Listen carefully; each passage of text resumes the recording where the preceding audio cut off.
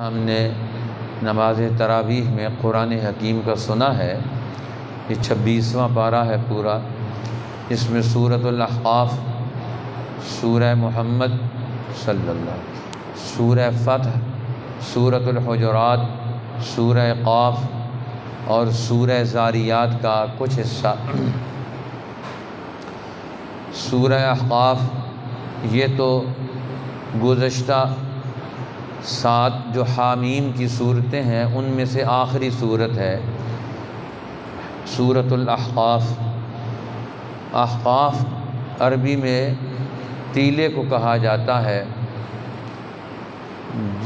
اور احقاف سے مراد قوم عاد کا مسکن ہے۔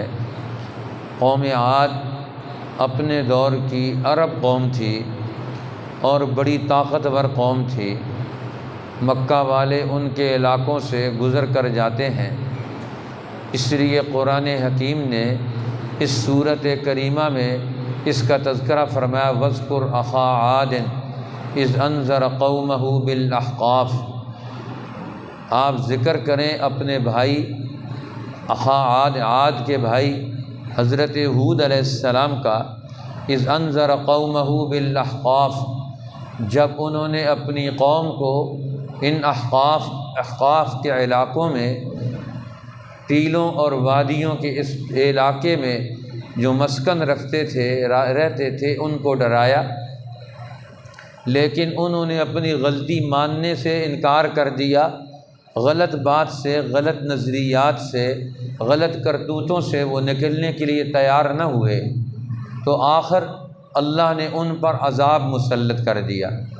تو قرآن حکیم یہ سمجھاتا ہے، اس سورۃ کریمہ میں خلاصہ نکالا حوامیم سبع کا، کہ اللہ جل شانہ کائنات کی ساری قوتوں کا مالک وہ ہے، اور دنیا میں اللہ نے انسانوں کو اس کائنات کی ترقی کے لیے بھیجا ہے، فساد کرنے کے لیے نہیں بھیجا۔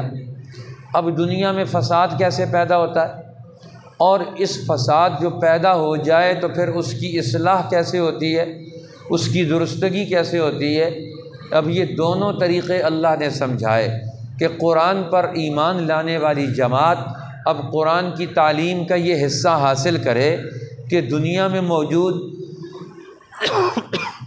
فاسد قوتیں وہ خرابیاں کیسے پیدا کرتی ہیں معاشروں میں، قوموں میں، انسانوں میں، کائنات میں، اور دنیا میں نیک لوگ، سمجھدار لوگ، عقل مند لوگ، قرآن کا علم رکھنے والے، انبیاء علیہ السلام کی صحبت سے فیض اٹھانے والے لوگ اس فساد میں درستگی کیسے پیدا کریں گے؟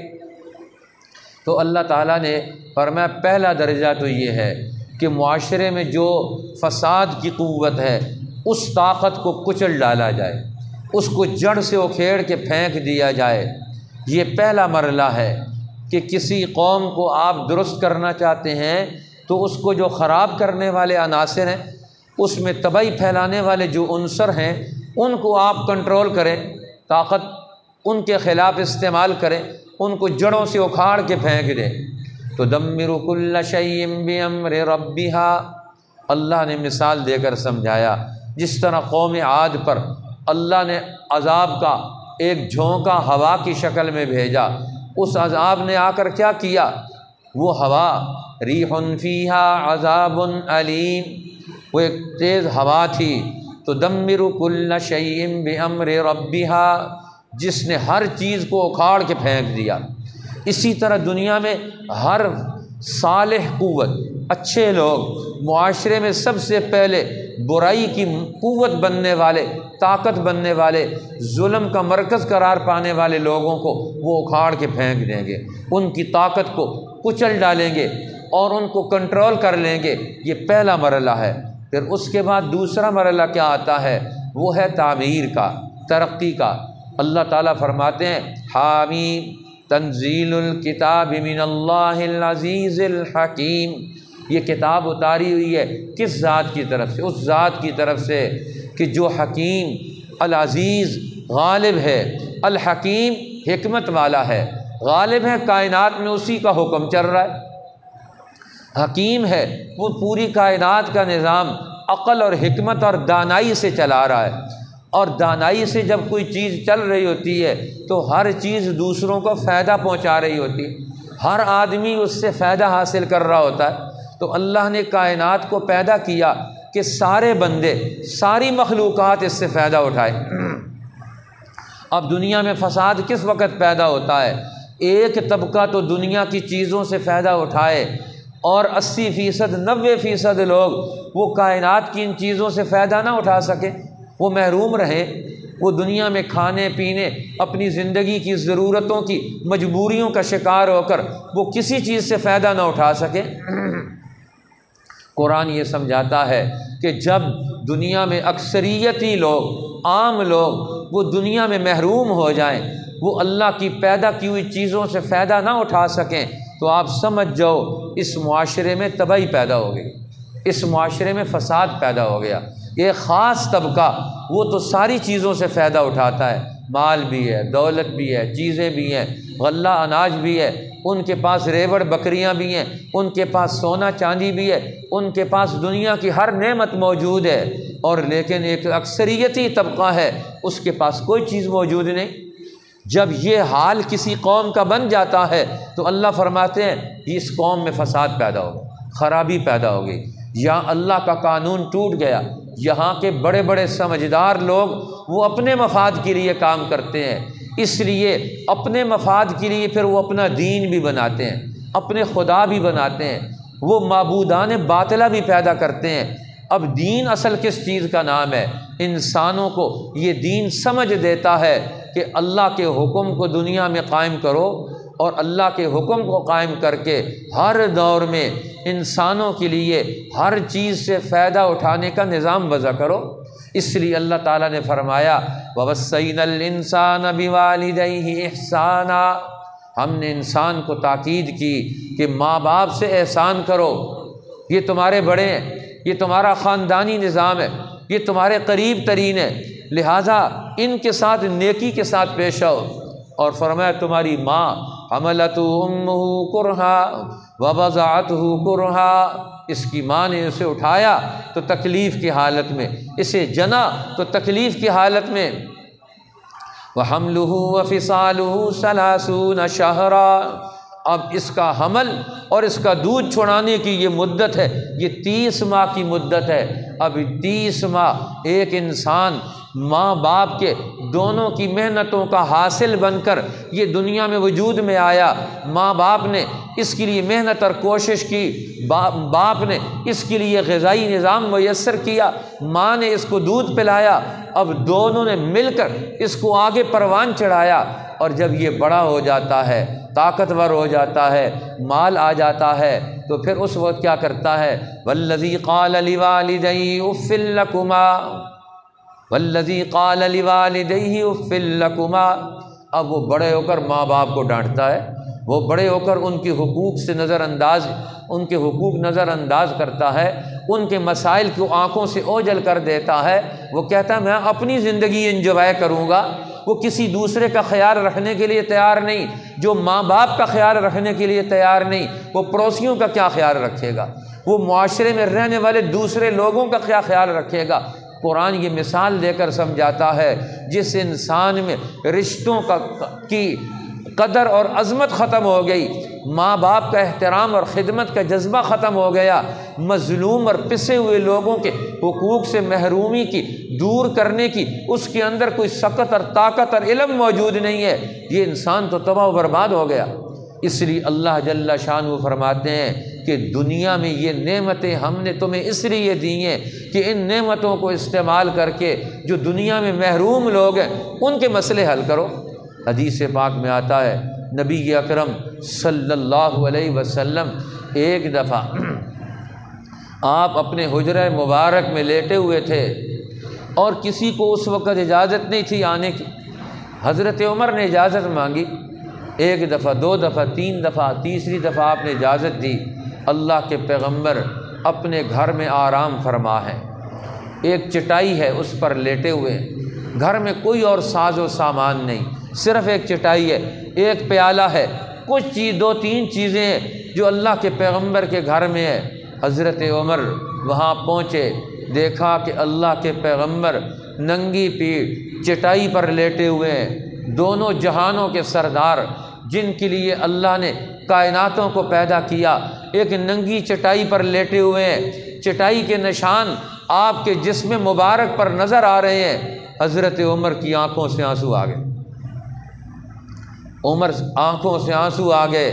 اللہ کے پیغمبر، یہ دنیا کے سرکش اور طاقتور فرعون، حامان، کیسر اور کسریٰ، یہ تو دنیا میں عیاشیاں کریں، یہ تو دنیا میں بدماشیاں کریں، یہ تو دنیا میں عیش و عشرت کریں، اور آپ انسانوں کے نمائندہ بن کر یہ اس طرح کی زندگی بسر کریں۔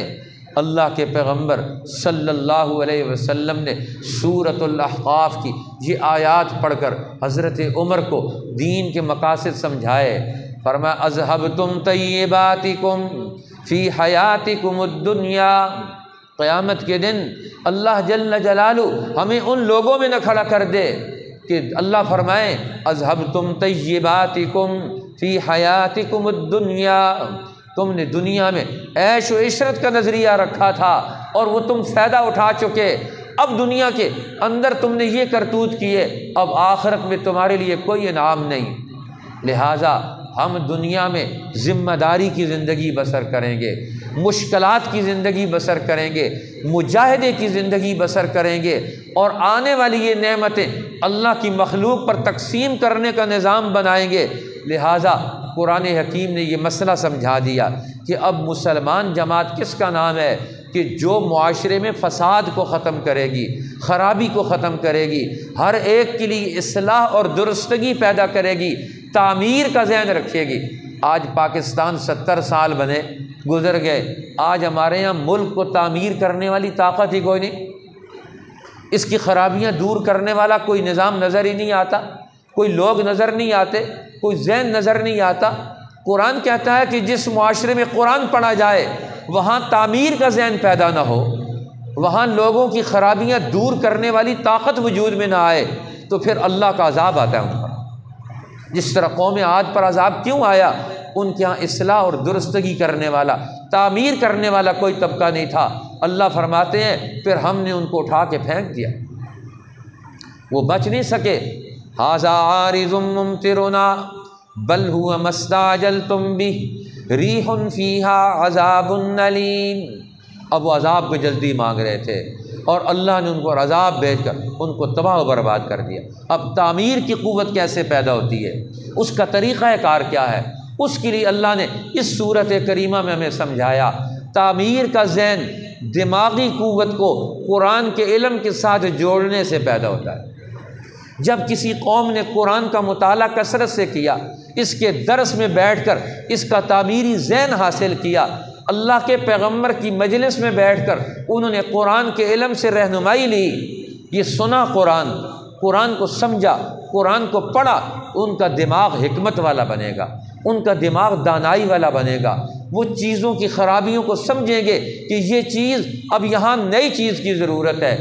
الا بالحق واجل مسمى، ہر چیز ایک وقت مقرر تک فائدہ پہنچاتی ہے، جب اس کا وقت گزر جاتا ہے پھر وہاں نئی چیز پیدا کرنی پڑتی ہے، تجدید پیدا کرنی پڑتی ہے۔ اب تجدید کی کب ضرورت ہوگی؟ پچھلی چیز کو کب چلایا جائے گا؟ اگلی چیز کب پرانی ہوگی؟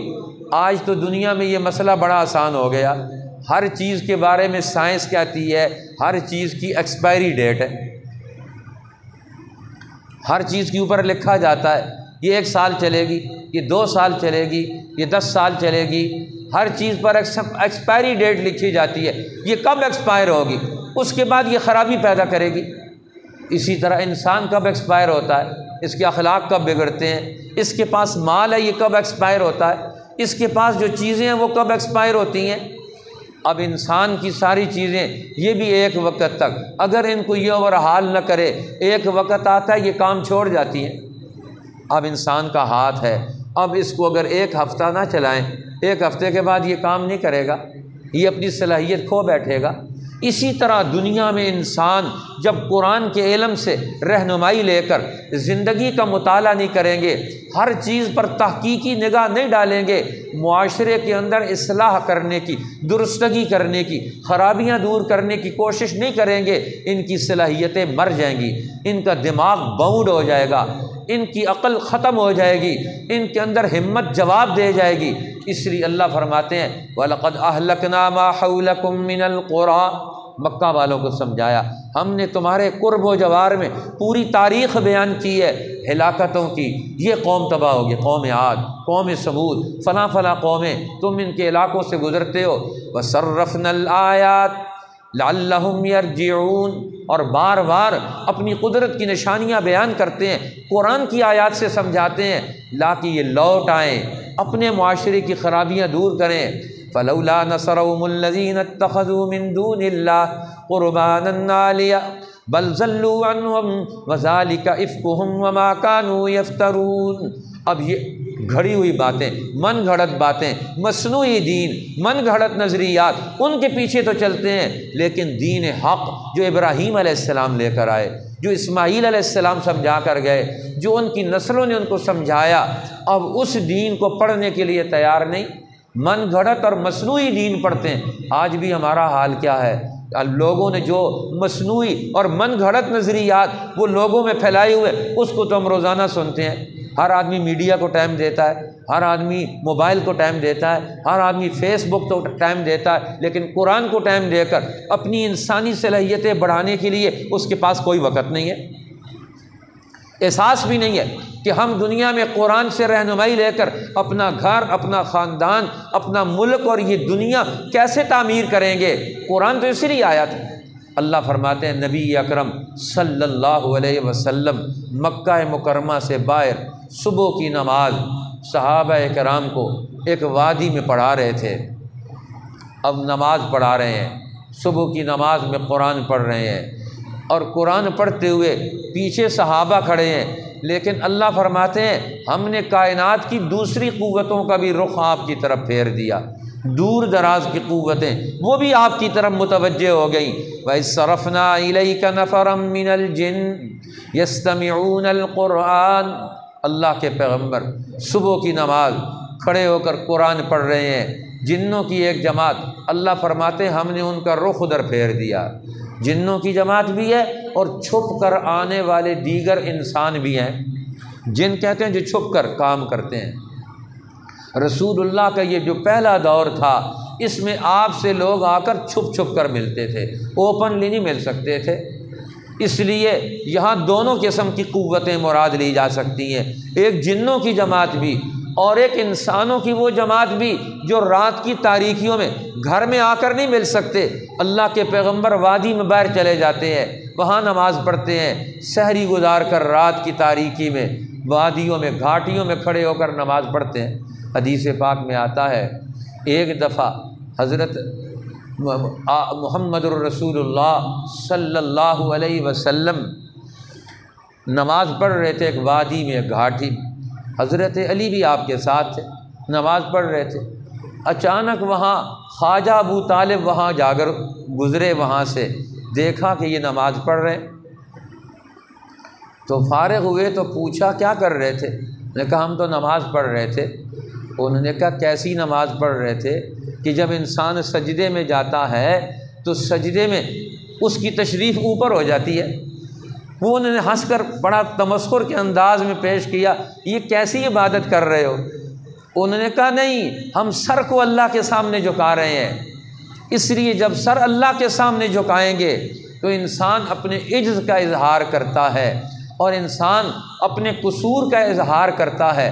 اب انہوں نے تو ہنس ہنس کر اس کو سمجھا کہ یہ کیسی عجیب عبادت ہے جو تم کر رہے ہو، لیکن عبادت جو انسان جس کو ذوق پیدا ہو جاتا ہے تو پھر وہ اس عبادت کے اندر اس کو مزہ اور حلاوت بھی آتی ہے۔ اب اللہ فرماتے ہیں ہم نے جنوں کی ایک جماعت، چھپ کے آنے والی وہ قوتیں جو پیغمبر سے آ کر قرآن لیتے ہیں، تعلیم لیتے ہیں، ذہن لیتے ہیں، دماغ لیتے ہیں، عقل حاصل کرتے ہیں، یستمعون القرآن، غور سے آ کر قرآن سنتے ہیں۔ فلما حضروا، جب پیغمبر کی مجلس میں آئے، قرآن کے درس کے حلقے میں وہ پہنچے، آپس میں ایک دوسرے کو کہنے لگے انصتو، خاموش ہو جاؤ، اب اپنی بات مت کرنا، اب یہ بات سنو۔ جب انہوں نے توجہ سے قرآن سنا، پورے اہتمام سے قرآن سنا، اب وہاں سے واپس جانے لگے۔ فلما قضی، ولوا الی قومہم منذرین، اب واپس اپنی قوم کے پاس گئے تو قرآن کے نمائندہ بن کر گئے، منذر بن کر گئے کہ ہماری قوم میں کیا خرابی ہے، ہماری قوم میں کیا خرابیاں ہیں، ان خرابیوں کو ذہن میں لا کر تجزیہ کر رہے ہیں۔ قرآن بتا رہا ہے کہ جس نے قرآن پڑھ لیا اس کو اپنی زندگی کی خرابیوں کا تعین ہو گیا کہ میرے معاشرے میں کیا گناہ ہے، میرے معاشرے میں کیا ظلم ہے۔ فلما قضی ولوا الی قومہم منذرین قالوا یا قومنا انا سمعنا کتابا انزل من بعد موسیٰ، ہم نے ایسی عجیب کتاب سنی ہے جو موسیٰ علیہ السلام کے بعد اتاری گئی ہے، مصدقا لما بین یدی، پہلی کتابوں کی تصدیق کرتی ہے، یہدی الی الحق، حق بات سمجھاتی ہے، الی طریق مستقیم، سیدھا راستہ بتاتی ہے۔ اب دیکھو قرآن کی پہلی دفعہ سننے کے بعد انہوں نے قرآن حکیم کی تعلیمات سے کتنا اثر قبول کیا، جا کر قرآن کا کیا تعارف کراتے ہیں، پہلی دفعہ قرآن سننے کے بعد اپنی قوم کو قرآن کا تعارف کرا رہے ہیں۔ آج ہم 70 دفعہ قرآن سنتے ہیں، جا کر کسی کو تعارف نہیں کراتے۔ قرآن کس چیز کا نام ہے؟ آؤ قرآن کی مجلس میں ذرا قرآن حکیم کا فیض حاصل کرو۔ پہلی دفعہ قرآن سننے کے بعد جا کر اپنی قوم کو قرآن بتا رہے ہیں، یا قومنا اجیبوا داعی اللہ، اے ہماری قوم، اللہ کا داعی آ گیا، قرآن لے کر آ گیا، اللہ کا حکم لے کر آ گیا، فوراً اس کی طرف دوڑو اور اس حکم کو قبول کرو۔ آمنوا بہ یغفر لکم من ذنوبکم ویجرکم من عذاب علیم، تمہیں بخش دے گا، عذاب علیم سے نجات دے گا، تمہارا نیا دور، ترقی کا، تعمیر کا دور شروع ہوگا، خرابیوں کا دور تمہارا ختم ہوگا۔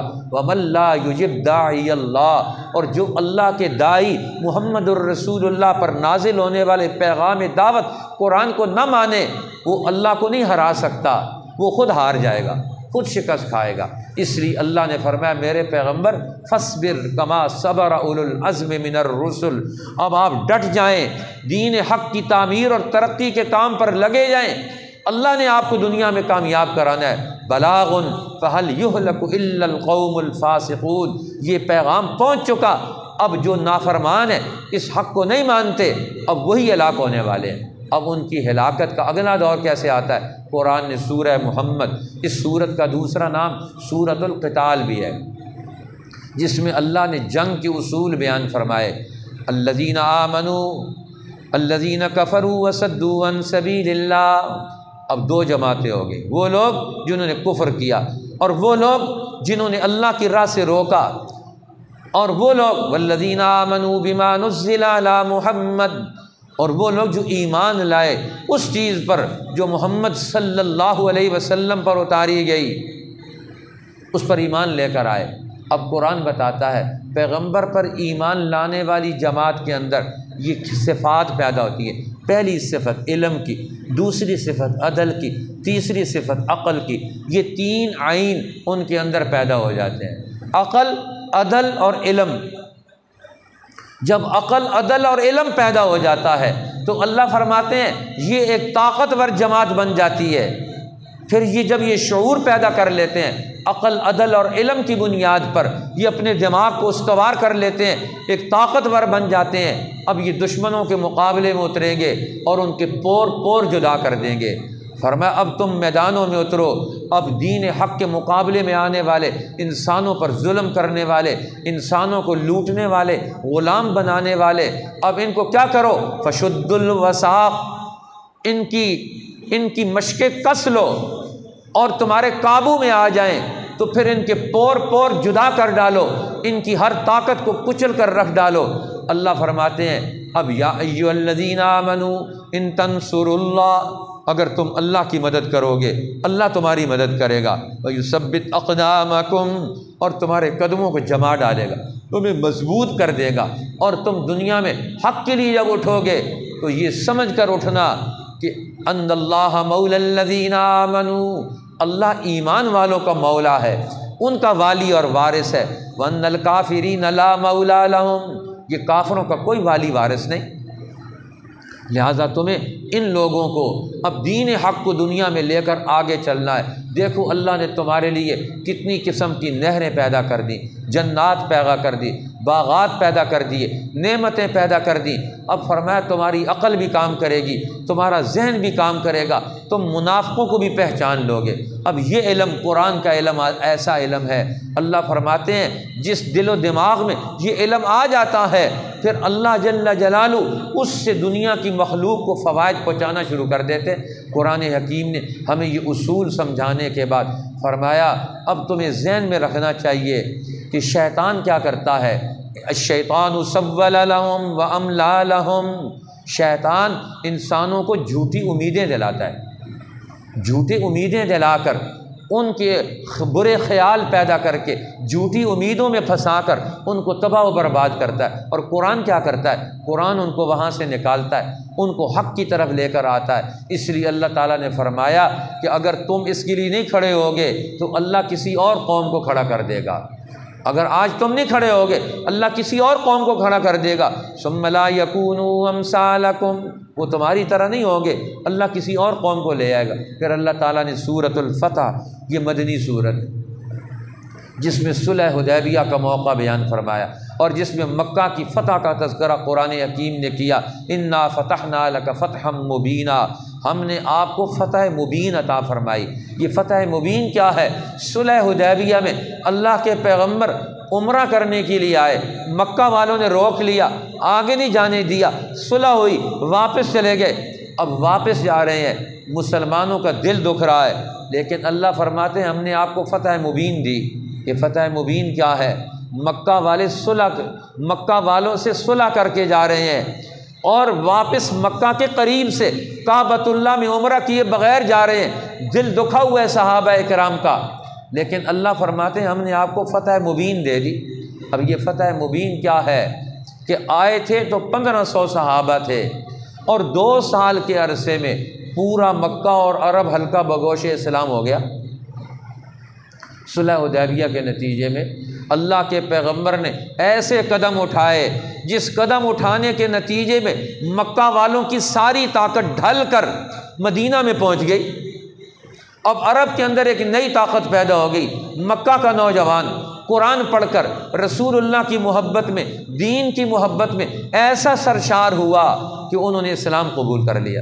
خالد ابن الولید بھی مسلمان ہو رہے ہیں، عمرو ابن العاص بھی مسلمان ہو رہے ہیں۔ بڑے بڑے جرنیل مکہ کے نظام کو چھوڑ کر، شرک کا دور چھوڑ کر وہاں سے نکل کر واپس آ رہے ہیں۔ اللہ فرما رہے ہیں یہ فتح ہے، اخلاقی فتح، کہ جس میں ہر آدمی اپنے دین کو خود غلط سمجھ کر دین حق کو قبول کر رہا ہے۔ ایسا طریقہ کار اختیار کرو کہ جس میں غلط طور پر چلنے والے سمجھدار لوگ وہ تمہیں دیکھ کر، تمہارے اعمال کو دیکھ کر، تمہاری پالیسیوں کو دیکھ کر، تمہارے اقدامات کے نتیجے میں وہ اپنا کیمپ تبدیل کر لیں، وہ اپنے نظریات کو چھوڑ ڈالیں۔ ہم تو غلط راستے پر تھے، شرک کے راستے پر تھے، کفر کے راستے پر تھے۔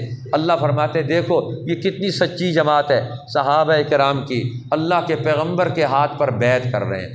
ان الذین یبایعونک، وہ لوگ جو آپ کے ہاتھ پر بیعت کرتے ہیں، انما یبایعون اللہ، یہ اللہ کے ہاتھ پر بیعت کر رہے ہیں۔ پیغمبر کا ہاتھ نیچے، اوپر صحابہ کا ہاتھ ہے، بیعت کر رہے ہیں۔ اے اللہ کے نبی، ہم آپ کے ہاتھ پر معاہدہ کرتے ہیں ہم اس دین کو عمل میں لے کر آئیں گے، اس کو دنیا میں غالب کریں گے، اس کی دشمنوں کو شکست دیں گے۔ اللہ فرماتے ہیں ید اللہ فوق ایدیہم، نیچے نبی کا ہاتھ، اوپر مسلمان جماعت صحابہ کا ہاتھ۔ اللہ کہتے ہیں اوپر اللہ کا ہاتھ، یہ سارے ہاتھ مل گئے، یہ ایک جماعت بن گئی، یہ سارے ہاتھ مل کر ایک جماعت بن گئی۔ نیچے نبی کا ہاتھ ہے، اوپر بیعت کرنے والے صحابہ کا ہاتھ ہے، اور اللہ فرماتے ہیں ید اللہ فوق ایدیہم، اللہ کا ہاتھ ان سب کے ہاتھوں کے اوپر ہے۔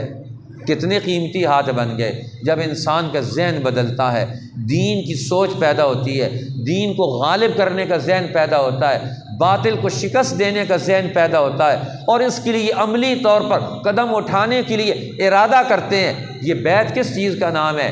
ارادہ کرنا، پکا ارادہ کرنا، معاہدہ کرنا کہ ہم اس سے نہیں پھریں گے، اس سے نہیں ہٹیں گے، یہ کام پورا کر کے دکھائیں گے، اسی کا نام تو بیعت ہے۔ آج ہمارے یہاں پیر لوگ بیعت کرتے ہیں اور بیعت کر کے صرف نذرانے وصول کر کے فارغ ہو جاتے ہیں۔ یہ نذرانوں والی بیعت نہیں ہے صرف، یہ قربانیوں والی بیعت ہے، یہ دنیا میں دین حق کو غالب کرنے والی بیعت ہے۔ اصل بیعت تو یہ ہوتی تھی جو امام حسین کے ہاتھ پر لوگوں نے بیعت کی، ہم دین کو غالب کریں گے، قربانیاں دیں گے۔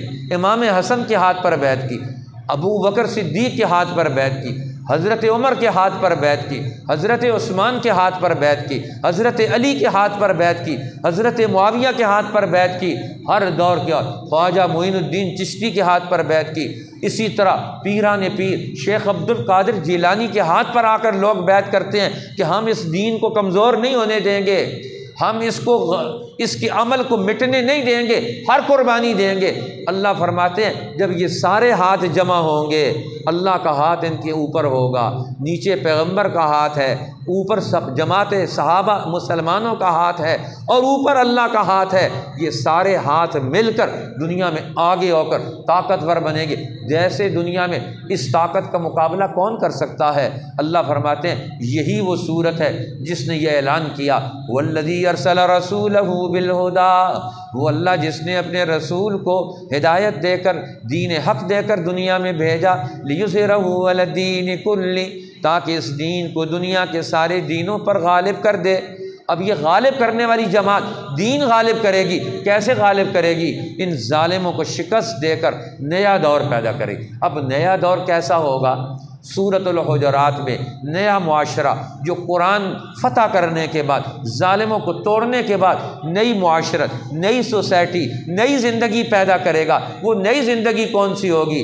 اللہ کی عزت اور عظمت والی زندگی، ایمان والی زندگی، محبت والی زندگی، گناہوں سے بچنے والی زندگی، عدل قائم کرنے والی زندگی، صلح کرانے والی زندگی، دوستوں کو دوستیوں میں پکا کرنے والی زندگی، دشمنیوں کو دوستی میں تبدیل کرنے والی زندگی۔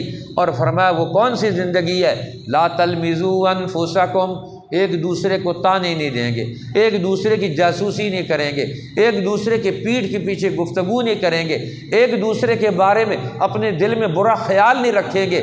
فرمایا یہ ہے وہ معاشرہ، ان اکرمکم عند اللہ اتقاکم، تم میں سب سے زیادہ عزت والا وہ ہے جو تم میں سب سے زیادہ تقوی والا ہے، سب سے زیادہ پرہیزگاری والا ہے۔ اب اللہ کے پیغمبر مکہ فتح کرتے ہیں، مکہ فتح کرنے کے بعد اب بیت اللہ میں داخل ہو رہے ہیں، باہر نکلے، باہر نکل کر بلال حبشی کو بلایا، بیت اللہ کی چھت پر چڑھ کر اذان دو۔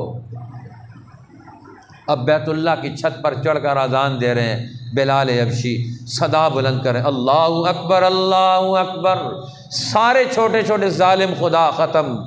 اب ایک اللہ کی بڑائی اور اس کی طاقت کا اعلان اور اظہار ہوتا ہے۔ اب سب انسان برابر اور مساوی ہو گئے، سب پر ایک حکم اور قانون نافذ ہو گیا، اللہ اکبر اللہ اکبر۔ اب بلال حبشی کو کہا اذان دو، کیونکہ مکہ میں بلال حبشی کو غلام سمجھ کر، کمزور سمجھ کر، ذلیل سمجھ کر گھسیٹا جاتا تھا۔